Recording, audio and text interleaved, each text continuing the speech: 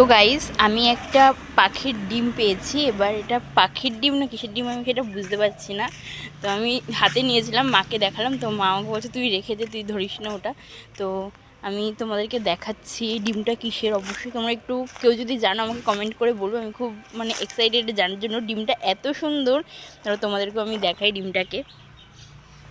তো এই যে ডিমটা, আমি ধরবো না, তোমরা একটু দেখে বলো তো এটা কিসের ডিম হতে পারে।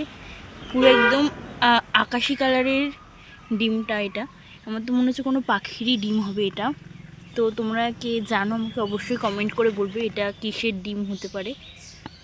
তো এই যে ডিমটা ঠিক এরকম একদম ছোট্ট আর পুরো একদম আকাশি কালারের ডিমটা। একটু ভালো করে দেখি, দেখতে পেয়েছো? পুরো আকাশি কালারের ডিমটা। তোমরা প্লিজ আমাকে কমেন্ট করে বলবে কিসের ডিম এটা।